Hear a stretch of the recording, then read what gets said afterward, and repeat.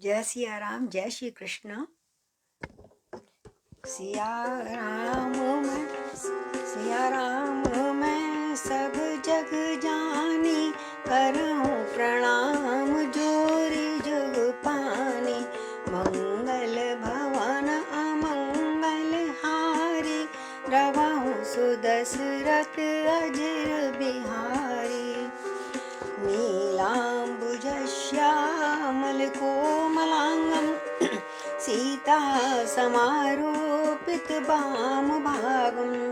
पाणौ महासायकचारुचापं, नमामि रामं रघुवंशनाथं। कर्पूरिगौरं करुणावतारं, संसारसारं भुजगेन्द्रहारं। सदा वसन्तं हृदयारविन्दे, भवं भवानी सहितं नमामि। अतुलितबलधामं हेमशैलावदेहं, धनुजभङ्कृशाणं ज्ञाननामग्रगण्यं। सकलगुणनिधानं वानराणामधीशं, रघुवरप्रियभक्तं वातजातं नमामि। रघुवरप्रियभक्तं वातजातं नमामि। राम कथा शुरू होत है, आओ वीर हनुमान। राम लखन और जानकी सदा करें कल्याण। राम कथा के रसिक तुम, राम कथा आधार। आसन आन विराजिए, नमहु बारंबार। सियापति राम जय जय राम, मेरे प्रभु राम जय जय राम। चलिए कथा में प्रवेश से पहले बोलो श्री राम जय राम जय श्री राम जय जय राम। श्री राम जय जय राम। श्री राम जय जय राम। श्री राम जय जय राम। बोलो श्री राम जय राम। कौशल्या के प्यारे राम,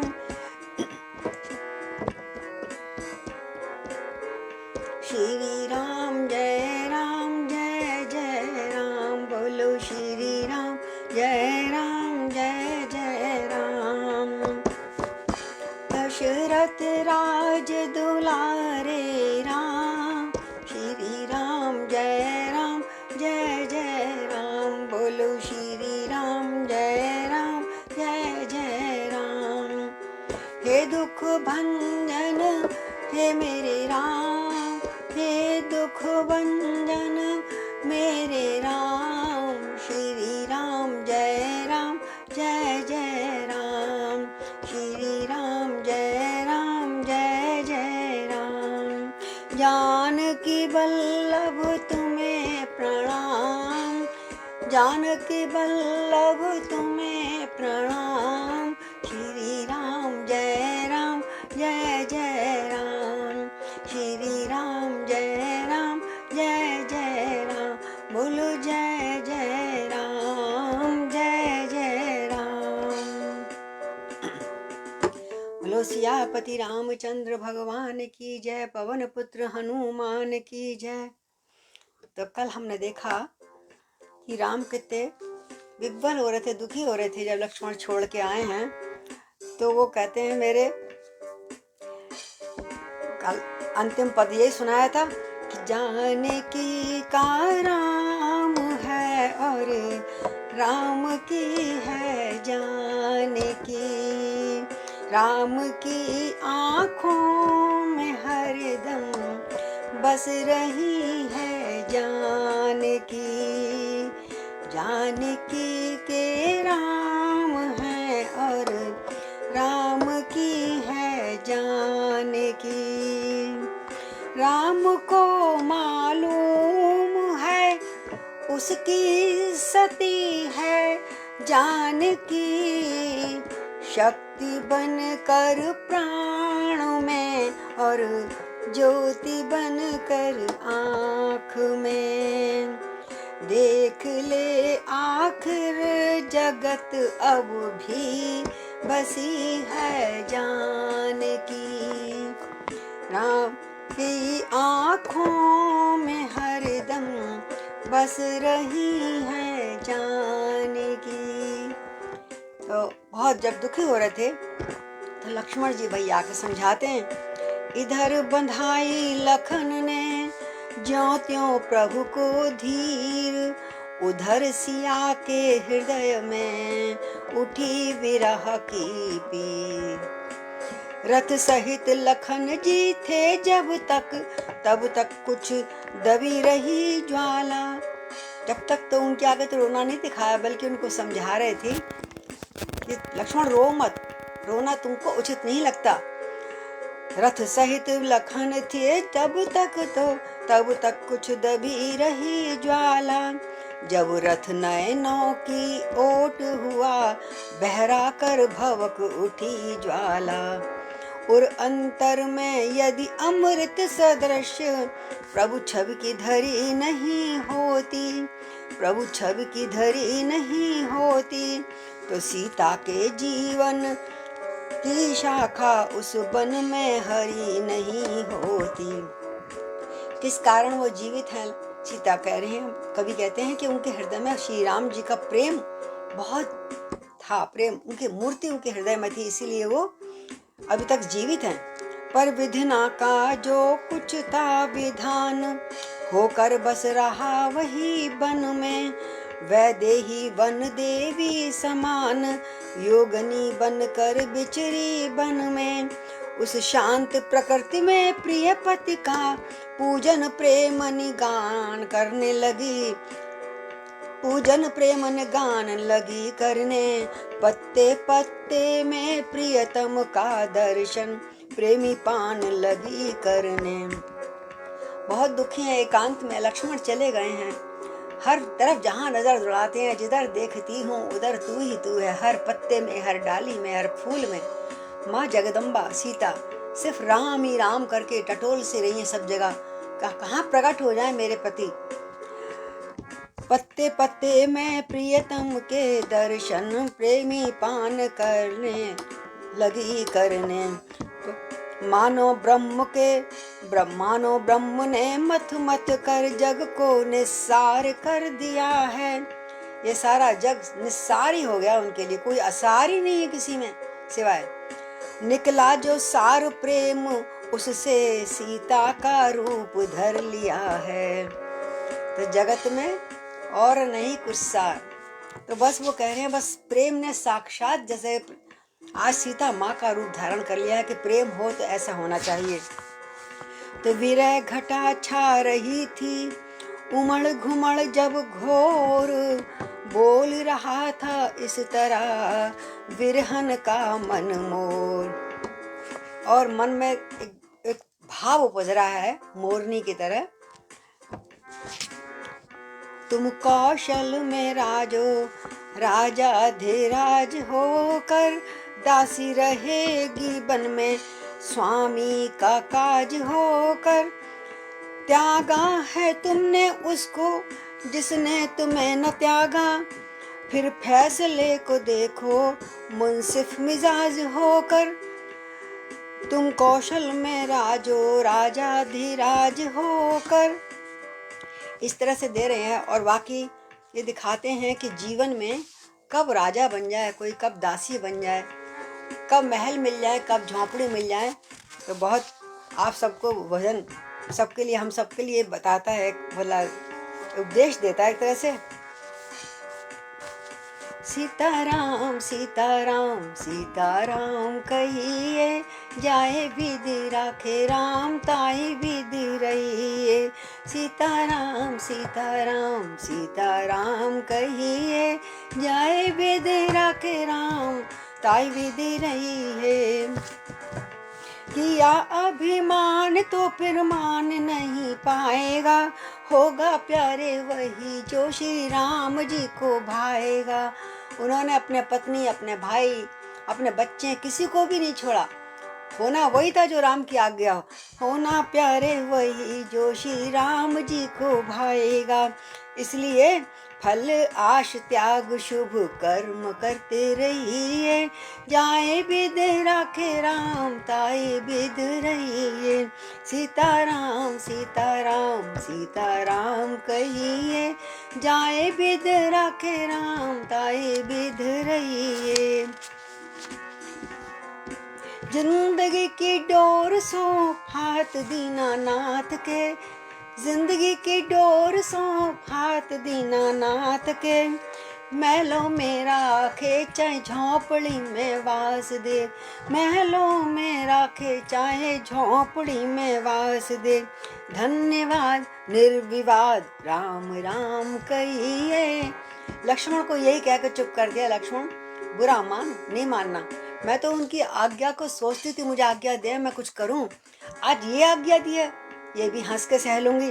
धन्यवाद निर्विवाद राम राम कहिए, जाए विध राखे राम ताए विध रहिए। सीताराम सीताराम सीताराम कहिए, जाए विध राखे राम ताए विध रहिए। और राम ने भले ही मुझको त्याग दिया, पर मैं राम जी को कभी नहीं त्यागूंगी, ना मन से ना मनसा वाचा कर्मणा, सिर्फ उन्हीं की सेवा करूंगी, उन्हीं का नाम लूंगी। आशा एक राम जी से दूजी आशा छोड़ दे, आशा एक राम जी से दूजी आशा छोड़ दे। नाता एक राम जी से दूजा नाता तोड़ दे, नाता एक राम जी से दूजा नाता तोड़ दे। अब क्या करूँगी, ये वन में आ गई हूँ। साधु संग राम रंग अंग अंग मलिए, साधु संग राम रंग अंग अंग मलिए। जाए विध राखे राम ताए विध रहिए। काम रस त्याग प्यारे राम रस पीजिए, काम रस त्याग प्यारे राम रस पीजिए। सीताराम सीताराम सीताराम कहिए, जाए विध राखे राम ताए विध रहिए।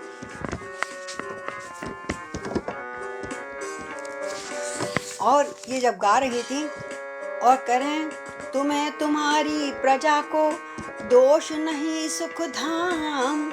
मैं आपको कोई आरोप नहीं लगा रही प्रभु, जो मेरे भाग्य में है, हो सकता है यही लिखा था।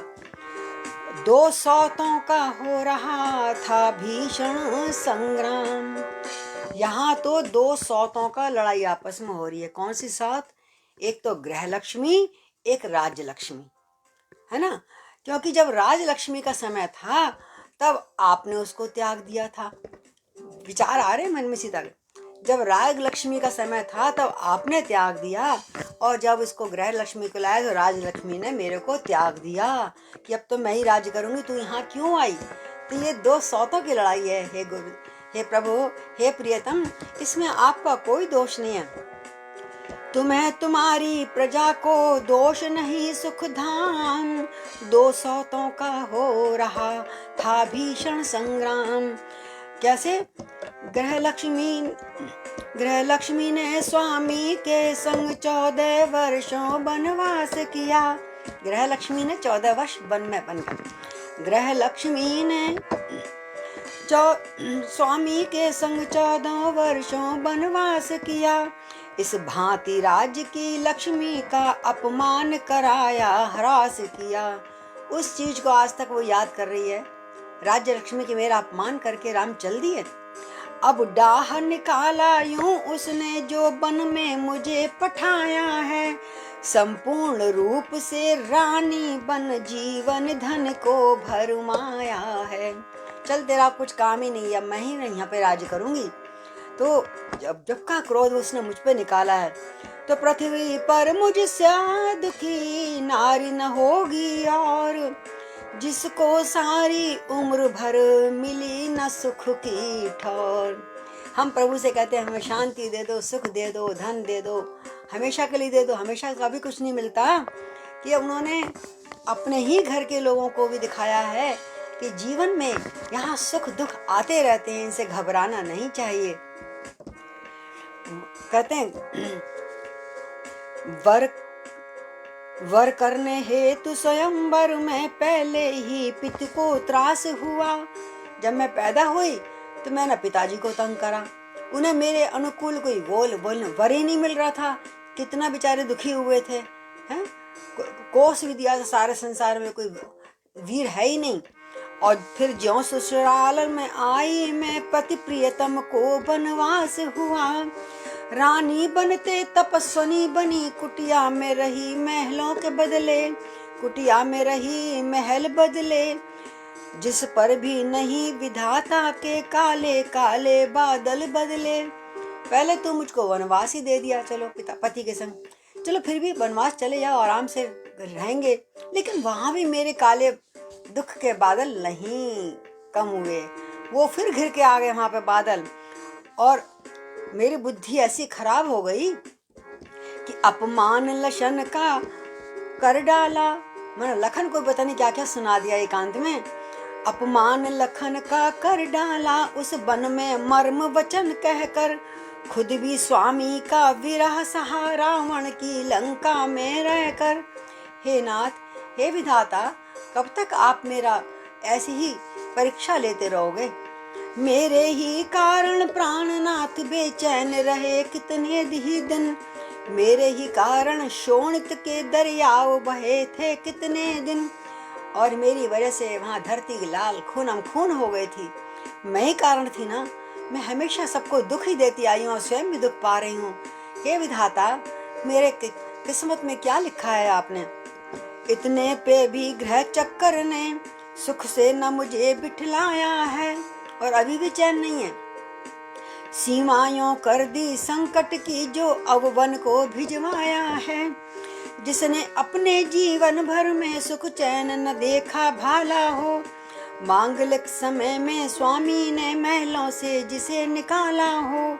मांगलिक समय था, मेरी गोद भरने वाली थी, आज गोद भराई होगी, पुष्प वर्षा होती, मेरे लोग पूजन करते मेरे 7वां महीने का आज, है ना, है शावर देते, मतलब जैसे कहते हैं आशीर्वाद देने आते हैं। और आज इतने दिन ही मुझे बाहर निकाल दिया। हाँ, 7वां महीना लग रहा है मेरे को। ऐसी दुखियारी नारी को हे वृक्षों कहीं निहारा है। हे वृक्षों, तुमने कहीं देखा मुझ जैसे दुखी को कहीं? इतने कष्टों की मारी को वन जीवों कहीं निहारा है। सीता रह सकती नहीं यों वियोग अधीन, नीर बिना संसार में कहीं दिखाती मीन। जैसे मछली जल के बिना तड़पती है, आज मैं ही राम अपने प्रियतम के बिना तड़प रही हूँ। और सारा दुख उनके मुंह में रह रह के आ रहा है कि चाहे कितना सुख मिल जाए।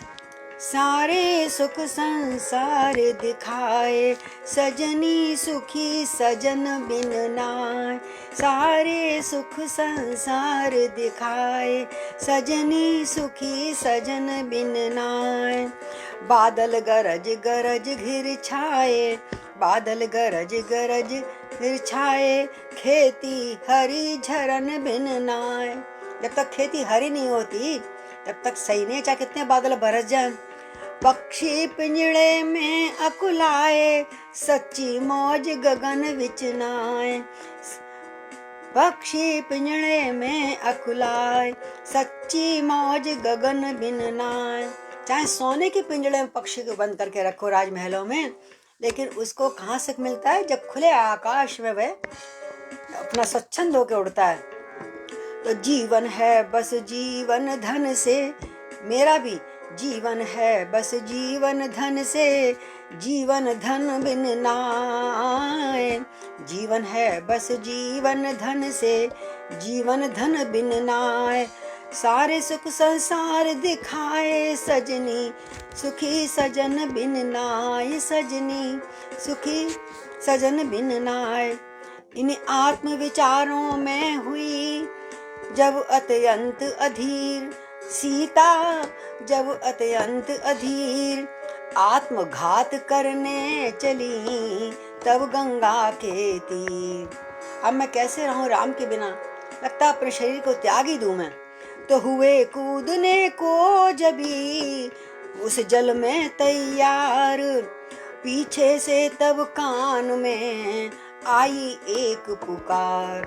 जैसे ही छलांग लगाने वाली थी, गंगा मैया की गोद में विश्राम करने वाली थी, कि सावधान इस भांति तुम करो न निज अवसान, आत्मघात से है नहीं कोई बड़ा पाप महान।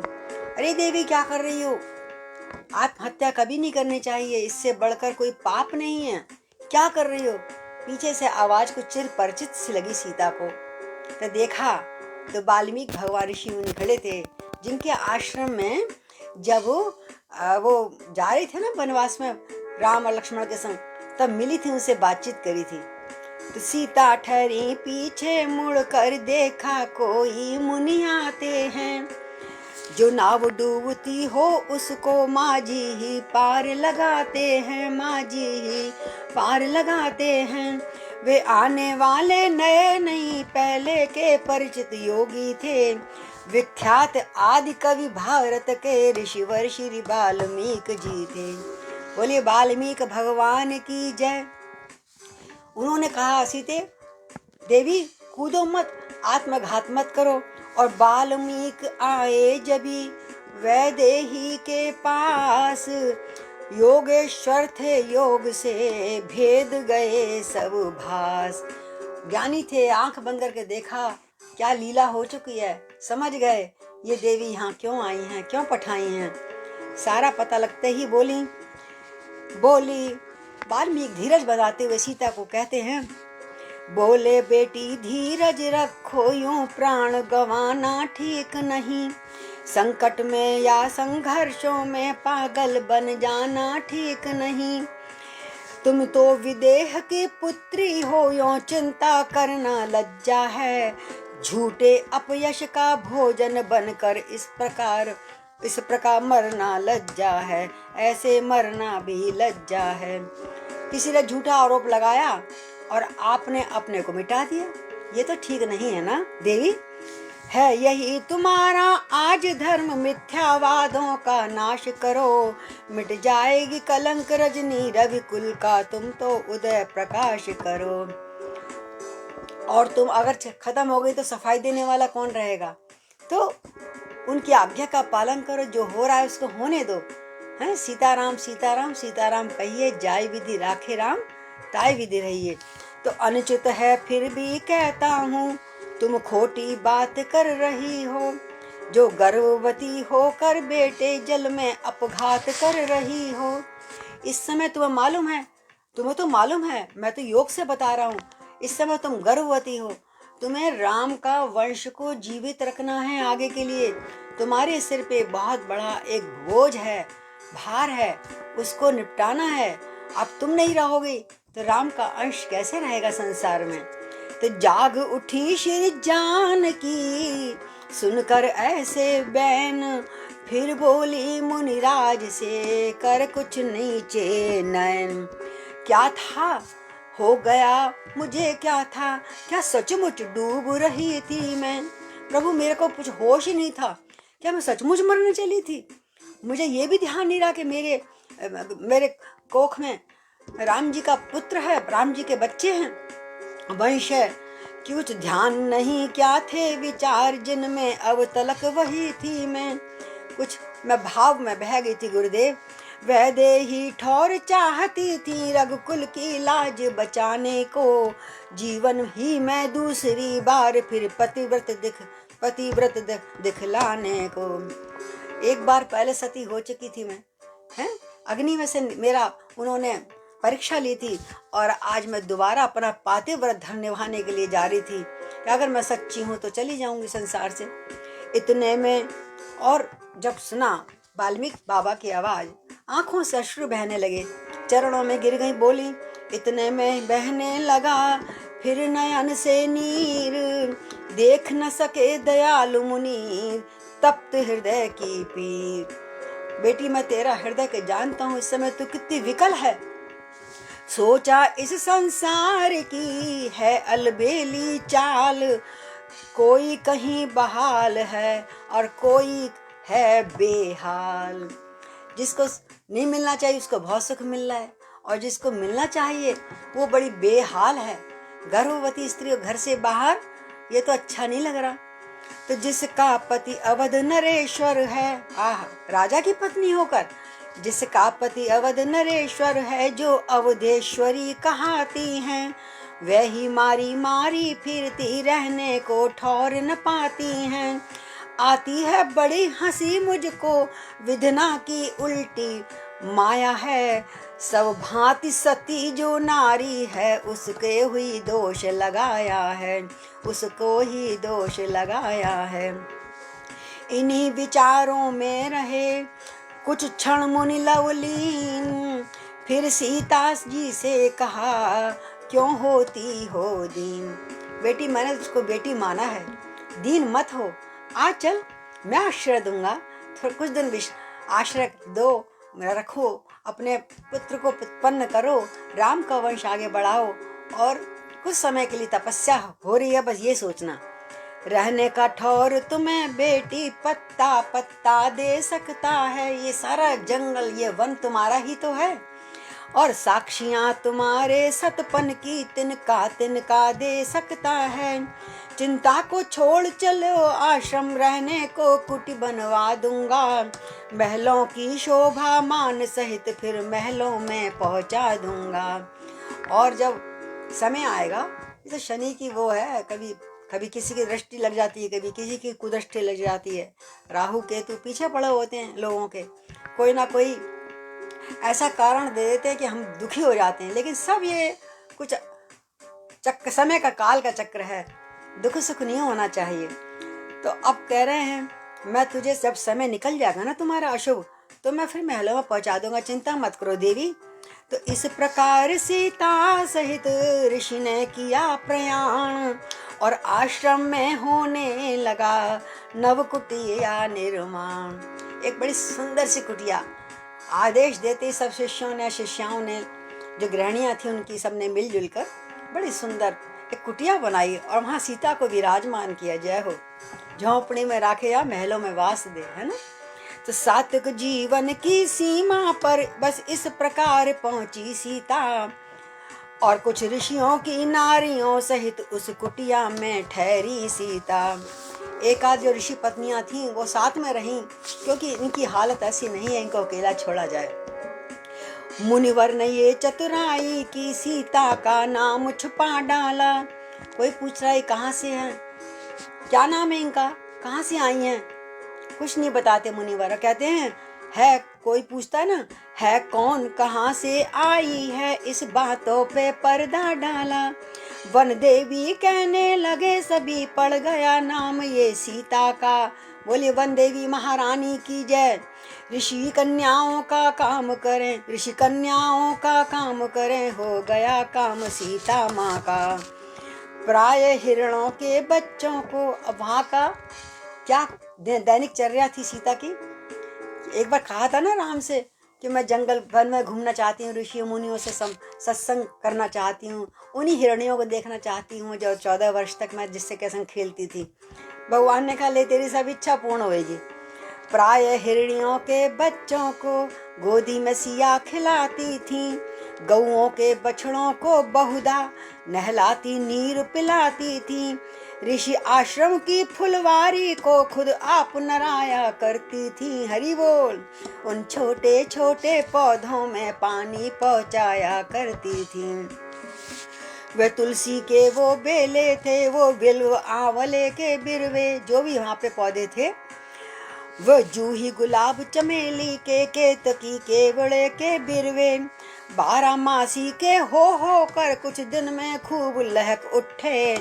बन देवी का कर लगते ही बन के सब फूल महक उठे। जैसी हाथ से सेवा करी, जो नहीं भी उगने वाले थे वो फूल भी खिलने लगे, खुशबू देने लगे। हर ऋतु के और जो किसी विशेष ऋतु में होते थे ना फूल, वो निकलते थे, वो हर ऋतु में आने लगे सीता को देवी को देख, वन देवी को देखकर। हर ऋतु के फूल फूलने पर कायम हो गई बहार वहाँ। हर रोज हवा में रहती थी वीणा कैसी झनकार वहाँ, वीणा जैसी झनकार वहाँ। इस प्रकार जब कुटी में बीत गए कुछ मास, तब मंगल का मोद का समय आ गया पार। दिन पूरे होने लगे, माँ का प्रसव पीड़ा होने लगी और वो समय आ गया जिसका गुरुदेव को बहुत दिनों से इंतजार था, वाल्मीकि भगवान को और सीता जी को भी, जिसके लिए वो उन्होंने अपना शरीर धारण किया था। तो गौओं हिरणों के बच्चे में आनंद अपार हुआ पैदा, केलों बिलवों के वृक्षों में कुछ अजब निखार हुआ पैदा। भूतल की सभी वस्तुओं में नूतनता आज समाई है, सुरमंडल के नवमंडल में फूलों की झड़ी लगाई है। फूल बरसने लगे, झूम झूम जब डालियां घूमी रही थी चूम, तभी मची उस कुटिया में पुत्र जन्म की धूम। बोलो सीता मैया की जय। और बधावा एक हाँ शंख और घंटी की ध्वनि बज गई, पता लग गया माँ को पुत्र जन्म हुआ माँ के यहाँ। दो चार रोज में जान गए सब आस पास के नर नारी, दूर दूर तक सब जगह पैगाम पहुँच गया। ऋषि आश्रम वाली वन देवी हैं दो पुत्रों की महतारी, बधाई हो। ऋषि मंडल में आनंद हुआ, सत्संग सभाएं खूब छिड़ी, संकीर्तन पाठ यज्ञ आदिक धार्मिक चर्चाएं खूब छिड़ी। धीरे धीरे बच्चे बड़े होने लगे और गुरुवर ने नामकरण के दिन लव नाम सुनाया पहले का, फिर ऋषियों की सम्मति द्वारा कुश रखा गया नाम दूसरे का। श्री वाल्मीकि को याद रहा जो वचन दिया था सीता को, सिलसिलेवार आरंभ किया लिखना रघुकुल की गीता को। एक कथा आती है वाल्मीकि भगवान की कि वाल्मीकि जी ने वनवास तक तो कथा लिख चुके थे पहले, और बोले अभी और ये कथा लिखनी है। वो पहले से पूर्व कथा कुछ लिखने लगे थे कि सीता यहाँ आएगी और यहाँ बच्चे होंगे। तो उन्होंने जब लवकुश हो गए तब उस कथा को पूर्ण किया कि अब ये रामायण पूरी होगी। पहले ही सब कुछ लिख दिया था राम के वन जाने से पहले ही। वाल्मीकि तो इतने त्रिकाल दृष्टा थे, उन्हें मालूम था क्या होने वाला है। अब बोले अब ये दो बच्चे जो हैं मैं अब राम कथा पूरी करवाऊंगा और इन बच्चों के हाथों कंठ से सुनवाकर सारे संसार में रामायण को भिजवाऊंगा, कथा भिजवाऊंगा। तो इस प्रकार श्री वाल्मीकि को याद रहा जो वचन दिया था सीता को, सिलसिले बार आरंभ किया लिखना रघुकुल की गीता को। और वह रघुकुल की गीता क्या थी, था आदि काव्य मुनिराई का, सिक्का है अब भी कवियों में उस कविता की रघुराई का। बोलिए वाल्मीकि रामायण की जय। और वाल्मीकि रामायण असंपूर्ण होने जा रही थी, आगे की कथा लिख रहे हैं प्रभु, यहाँ तक तो लिख चुके थे, अब आगे क्या होगा लिखा। सचमुच निर्मल चंद्रायण है वह वाल्मीकि की रामायण। आदि कवि सबसे पहली रामायण धरती पर लिखी उन्हीं के द्वारा गई थी। भूमंडल की तारागण है वह वाल्मीकि की रामायण, जिस रामायण के रहने से अब भी ये भारत उज्जवल है। भारत का नाम में दो चीज आती है, एक रामायण और एक गीता, जो प्राचीन ग्रंथ है हमारे। उसकी परिपूर्ण लिखे महिमा ये कहाँ लेखनी में बल है। और ये राधे श्याम जी की जो रामायण है वो कह रहे हैं मेरी लेखनी में इतना दम कहाँ है, इतना बल कहाँ है, शक्ति कहाँ है जो मैं राम का आगे की कथा लिख पाऊँ, मतलब उन जैसी लिख पाऊँ। रामचरित्र लिखने लगे। अब प्रातःकाल काम हो गया वाल्मीकि भगवान जी को कि सुबह बैठते थे 2 घंटे, शाम को बैठते थे, और जब भी बैठते थे कुछ कागज अपने लिखते चले आते थे। रामचरित्र लिखने लगे मुनिवर सायं प्रात, क्रम क्रम से बढ़ने लगे लव कुश दोनों भ्रात। लव कुश दोनों भ्राताओं की जय। अंगुल के बल कुटिया में चले जभी चित चोर। आहा, सबको तो तलवाणी से दिया प्रेम में भोर। और ठुमक ठुमक के चल रहे हैं, अच्छे लग रहे हैं।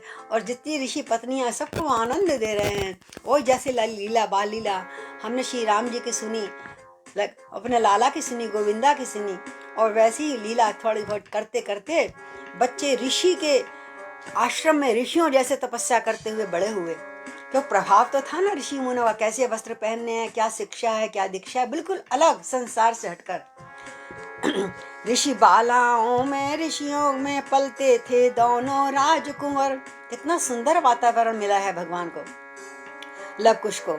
राजसी चाल से मंद मंद चलते थे दोनों राजकुंवर। चुपके से वेद उठा लाते माँ के समीप पढ़ने लगते। जब कोई छीनता तो उनसे आगे बढ़कर लड़ने लगते।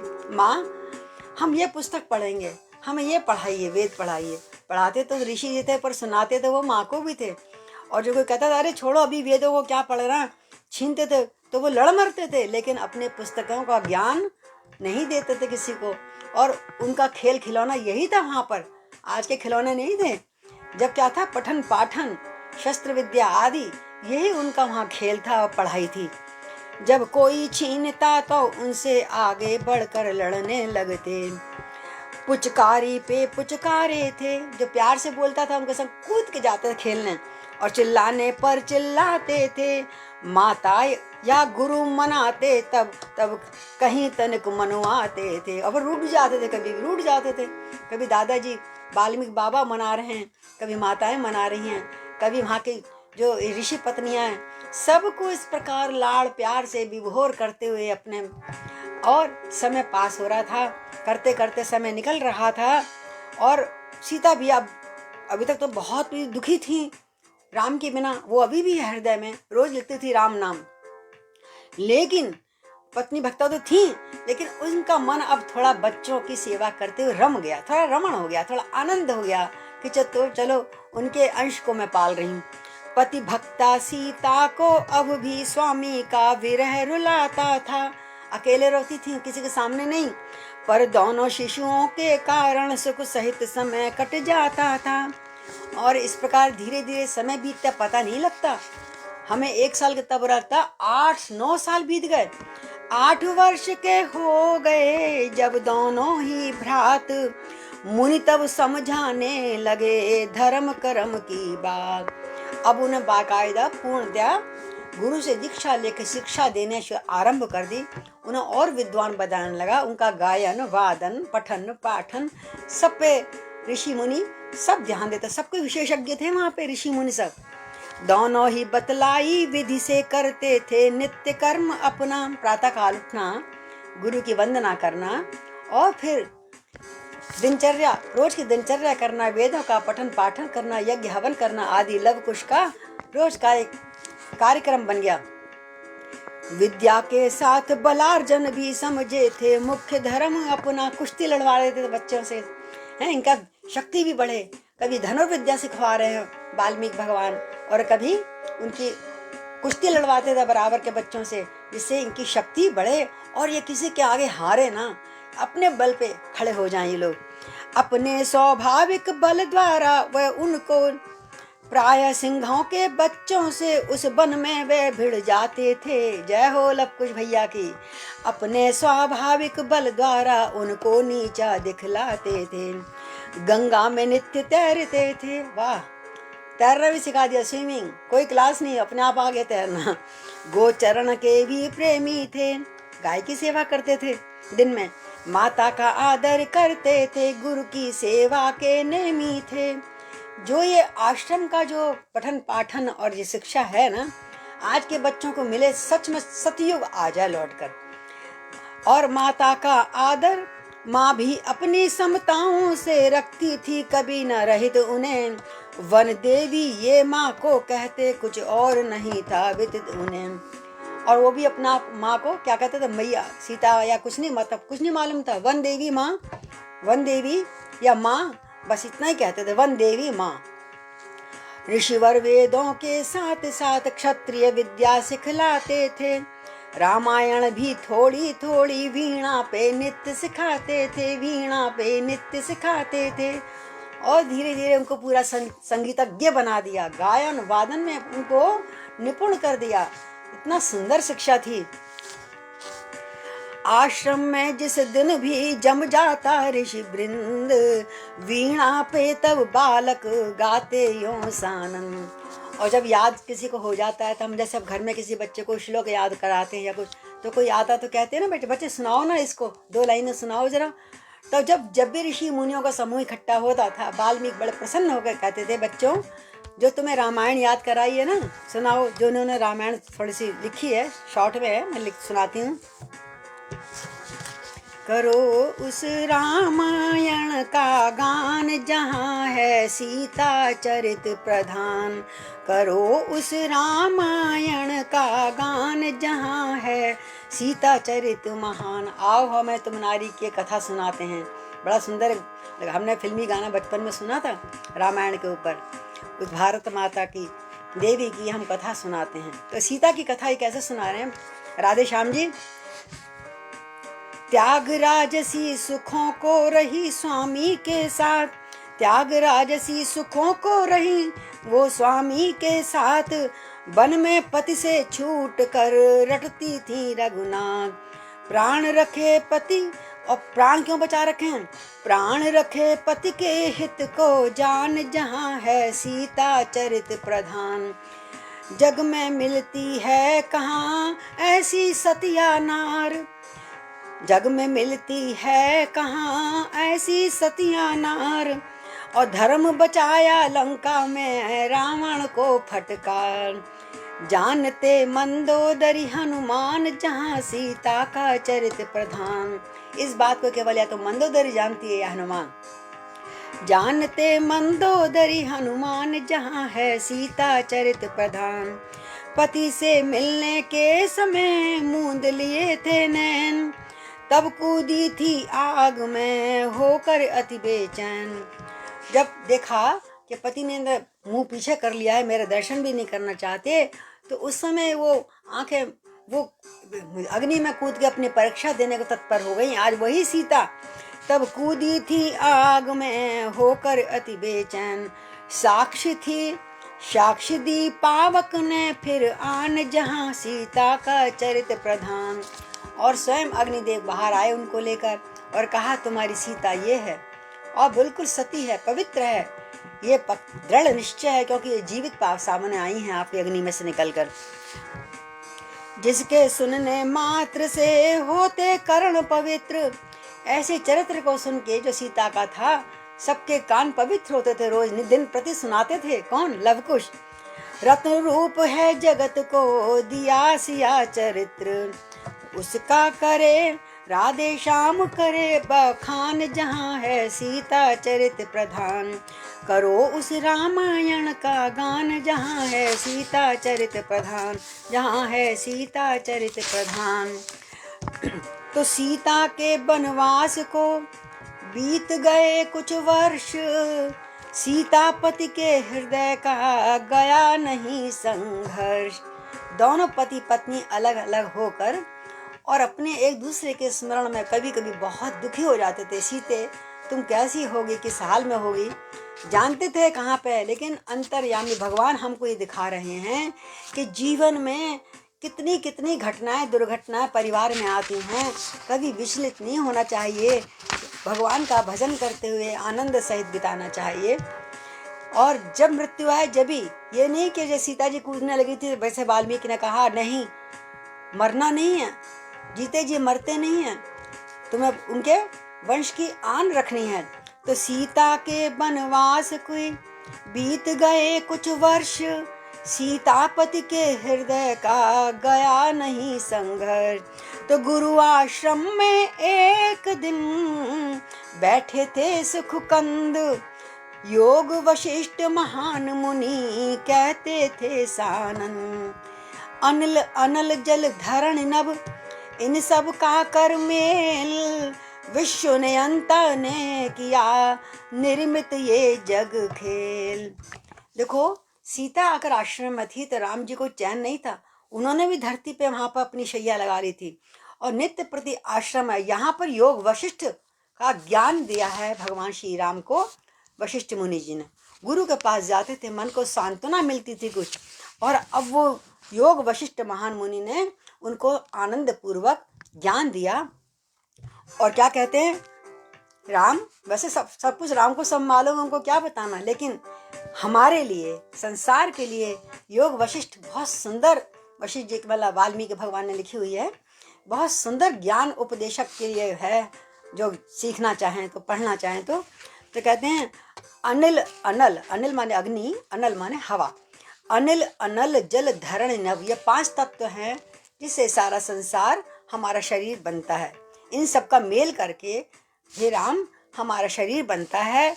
और विश्व नियंता ने किया निर्मित एक जग खेल, और इसका उसने विश्व नियंता ने, जैसे खिलौने से बच्चा खेलता ना, ऐसे मिट्टी से गूंद गूंद के, उस मिट्टी से गूंद के हम लोगों का मिट्टी का पुतला बनाया, सबको शरीर दिया एक। और फिर उसमें उस जड़ शरीर में, शरीर तो हमारा जड़ है ना, जब वो नहीं खड़ा हुआ तो क्या करा भगवान, स्वयं उसमें प्रवेश करेगा, उनका अंश प्रवेश कर गया, यानी चेतनता डाली, चेतना डाली उसमें।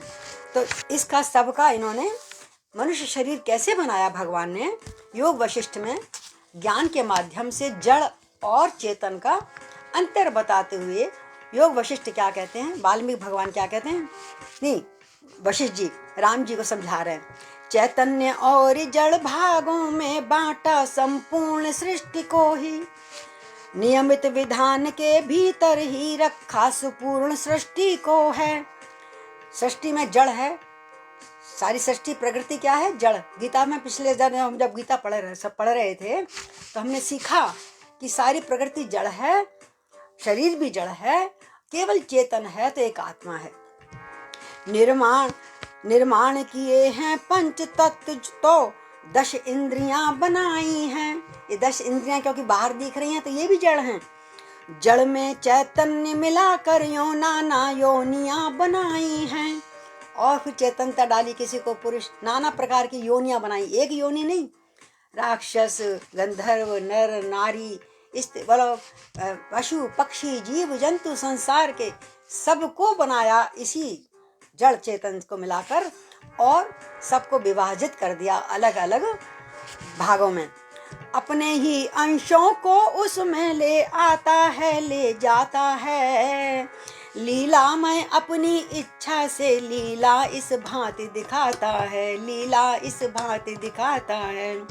और कर्मानुसार हमको इन शरीर में डाल करके और अपनी इच्छा से लीला को हमको नचाता है। हम तो उसके मोहरे हैं, जहाँ रख दे हमें वैसे ही कर्म करना पड़ता है, वही नफा नुकसान हमको भुगतना पड़ता है शरीर को अपने कर्मानुसार। तो अंश मिला जब प्रकृति से और तब कहलाया जीव, ज्ञान हुआ तो हो गया वही करुणासी। और जब इस शरीर को, इस आत्मा को परम ज्ञान, परम आत्मा से जब मिलन हो जाता है तो वही शरीर योगियों का हो जाता है, और अहम ब्रह्मास्मि यानी वही बन जाता है जो ब्रह्म है, जो ईश्वर है, वही मनुष्य, वो देवता, वो योगी बन जाता है। और कहते हैं वास्तव में क्या है, अब जरा थोड़ा क्लिष्ट आएगा, ब्रह्म ज्ञान आएगा, ध्यान से सुनिएगा। वास्तव में जीव ब्रह्म ही है, जीव ही ब्रह्म है यदि उसको परमात्मा से जोड़ दिया जाए अंतर्मन में। वास्तव में जीव ब्रह्म ही है, बेपट का पट है पड़ा हुआ, एक पर्दा पड़ा है किसका, माया का। और जब उस माया से हम निकल जाते हैं तो उस परम परमात्मा से मिलना अवश्य हो जाता है। बेपट का पट है पड़ा हुआ, जिस तरह मृत्तिका के घट से, जिस तरह मृत्तिका से घट या भूषण स्वर्ण से बना हुआ। हम मिट्टी के घड़े हैं और उन सब में सूर्य का ऊपर प्रकाश यानी आत्मा का प्रकाश पड़ रहा है, तो हर घड़े में एक अलग अलग सूर्य उस जड़ रूपी शरीर को चेतन कर देता है।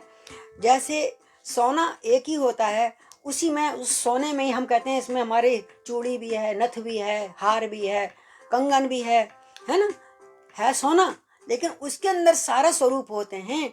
इसी प्रकार इस संसार की मृत्तिका में भगवान की बनाई मिट्टी में हम सबके शरीर बने हुए निर्मित होते हैं, सिर्फ निकालने की देर है।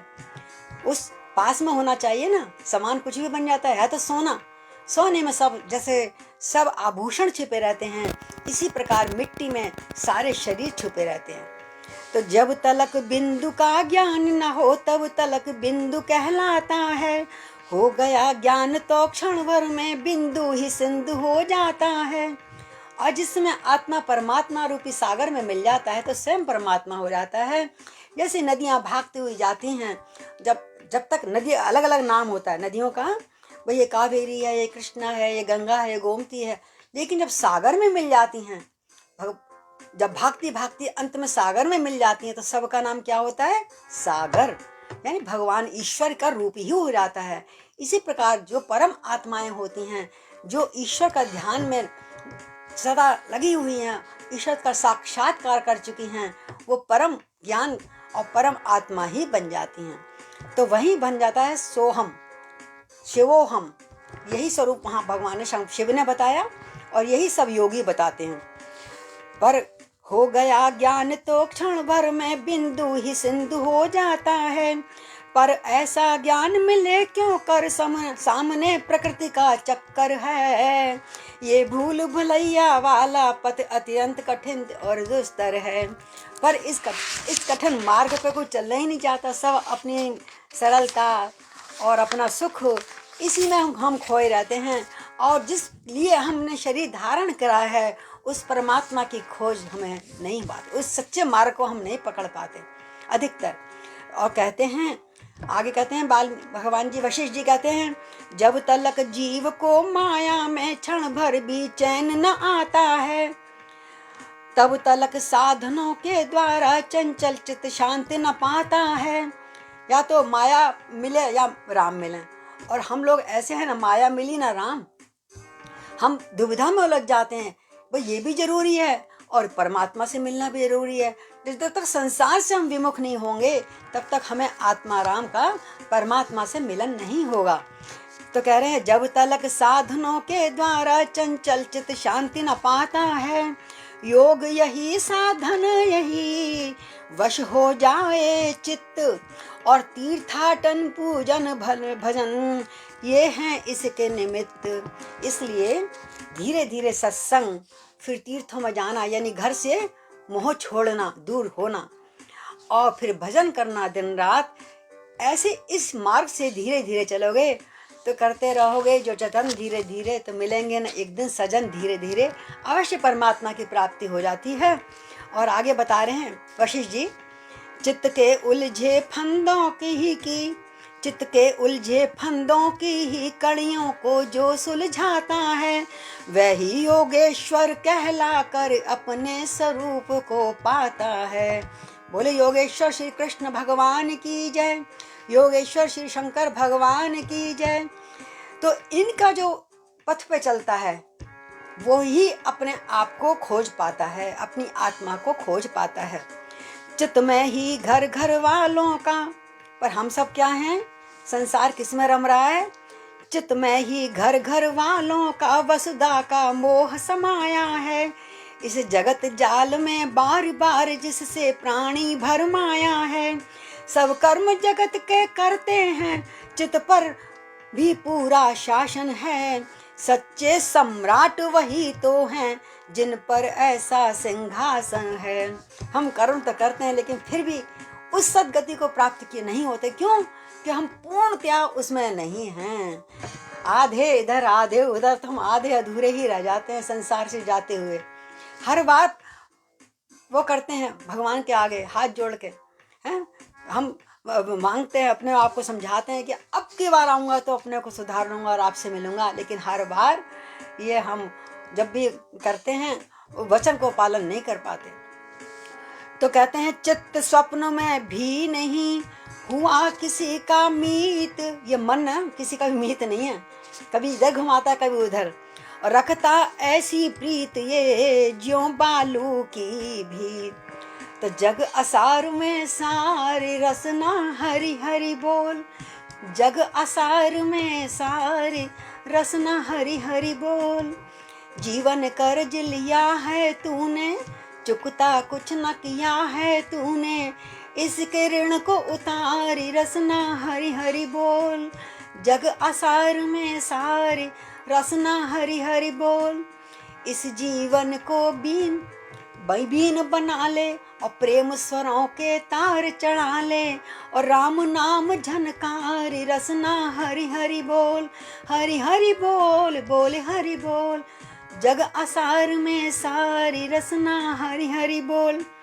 तो जब संसार का से हटकर हम केवल और केवल ईश्वर के चरणों में निमित्त हो जाएंगे, शरीर को निमित्त कर देंगे, उनका पारायण कर देंगे, तभी धीरे धीरे हमारा आत्म उद्धार होगा, ऐसे वशिष्ठ जी बता रहे हैं।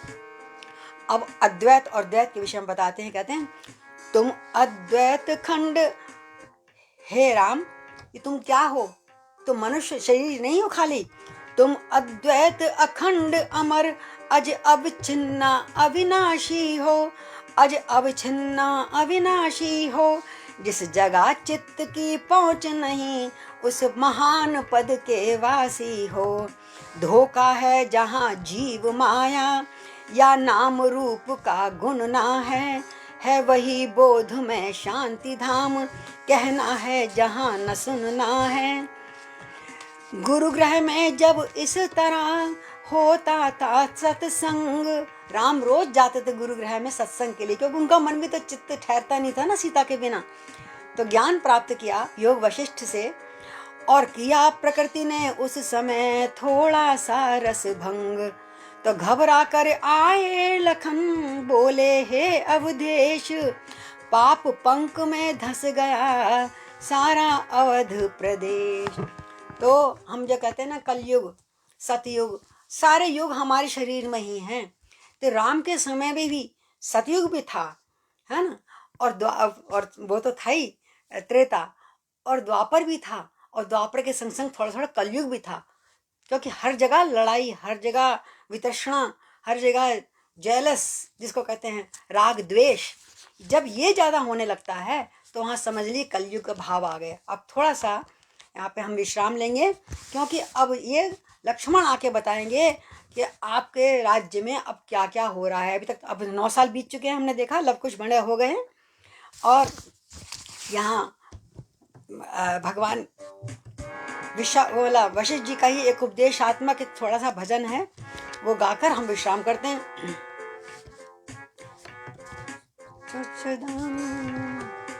वही सच्चिदानंद में अमर और अविचल है आत्मा हमारा, सदा दृष्टि दृष्टा से दर्शन है न्यारा।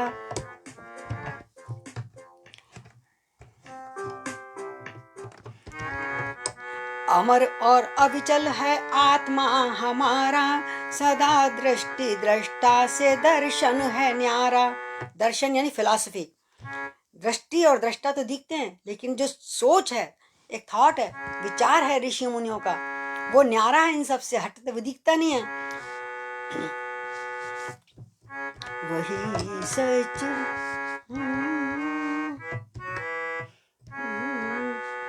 वहाँ पर तनक भी ना वाणी का रम है, वहाँ पर तनक भी ना वाणी का गम है, लिखे कोई क्या लेखनी में न दम है। उन विचारों का कोई स्वरूप नहीं होता, कोई शक्ल नहीं होती, क्या लिखूं। ना जब जन्म है मृत्यु की बात ही क्या, हमें लगता है कि हमने जन्म लिया और ये मर गया, लेकिन आत्मा का ना जन्म होता है ना मृत्यु होती है। एक संसार का बुलबुला है, और जो दृष्टा देखने वाला है उसके लिए तो कुछ भी नहीं है। जिसने संसार, जो संसार में ही है ही नहीं, उसके लिए तो कुछ भी नहीं है, और जो संसार में रमा हुआ है उसके लिए सब कुछ है। वही लड़ाई झगड़े दिन रात की चै चै मैं। तो कहते हैं जब न जब जन्म है मृत्यु की बात ही क्या, न उत्पत्ति है तो उत्पात की बात क्या। न वैरी न प्यारा न भरता न धारा, सदा सच्चिदानंद का है सहारा। जहाँ रात दिन का नहीं है झमेला। जब एक बार योगी अपने दूसरे लोक में चला जाता है, वहाँ रात ना दिन, न सुख ना दुख, परम आत्मा की गोद में, परम परमेश्वर की गोद में आनंद ही आनंद जहाँ पे है, वही सच्चिदानंद वो हूँ मैं। वो कहते हैं ना, वही सच्चिदानंद मैं हूँ। जहाँ रात दिन का नहीं है झमेला, प्रकाशित सदा ज्ञान रवि है अकेला। ज्ञान का रवि है वहाँ पर। नाना तत्व का काम है लेश भर भी, नहीं रूप है नाम है लेश भर भी। जहाँ मैं न तू ये न वो है दिखता है, जहाँ मैं न तू ये न वह दिखता है, वही एक अनहद का स्वर गूंजता है, वही एक अनहद का स्वर गूंजता है। नहीं शांत बैठा नहीं क्रोध में हूँ, वहाँ हूँ वहीं हूँ महाबोध में हूँ, महाबोध में हूँ। तो यहाँ पर उन्होंने इस तरह से बताया, ना मैं शरीर हूँ, ना तत्व हूँ, ना क्रोध हूँ, ना बैर हूँ। जैसे आपने शंकर जी का विषय सुना है, ना मैं वाणी हूँ, ना गुरु हूँ, ना शिष्य हूँ, तो मैं कौन हूँ? शिवोहम शिवोहम शिवोहम शिवोहम। तो इस प्रकार आज हम यहीं विश्राम करते हैं और कल आगे का ज्ञान और आगे वो लक्ष्मण को क्या सिखाते हैं और लक्ष्मण जी क्या बताते हैं, अब राम राज्य में कितना उपद्रव हो रहा है, ये कल हम कलयुग का थोड़ी परछाई देखेंगे राम राज्य में। तो सीताराम हनुमान सीताराम हनुमान, सीताराम हनुमान सीताराम हनुमान, सीताराम हनुमान सीताराम हनुमान, सीताराम हनुमान सीताराम हनुमान, सीताराम हनुमान सीताराम हनुमान, सीताराम हनुमान सीताराम हनुमान, सीताराम हनुमान सीताराम हनुमान, सीताराम हनुमान सीताराम हनुमान। बोलो सियापति रामचंद्र भगवान की जय, पवन पुत्र हनुमान की जय, श्री गौरी शंकर भगवान की जय, गुरुवरों की जय, श्रेष्ठ योग मुनि वशिष्ठ जी की, वाल्मीकि भगवान की जय। आज सबको प्रणाम करते हुए विदा लेते हैं। भगवान ने चाहा फिर मिलते हैं। रामार्पणम करोमि।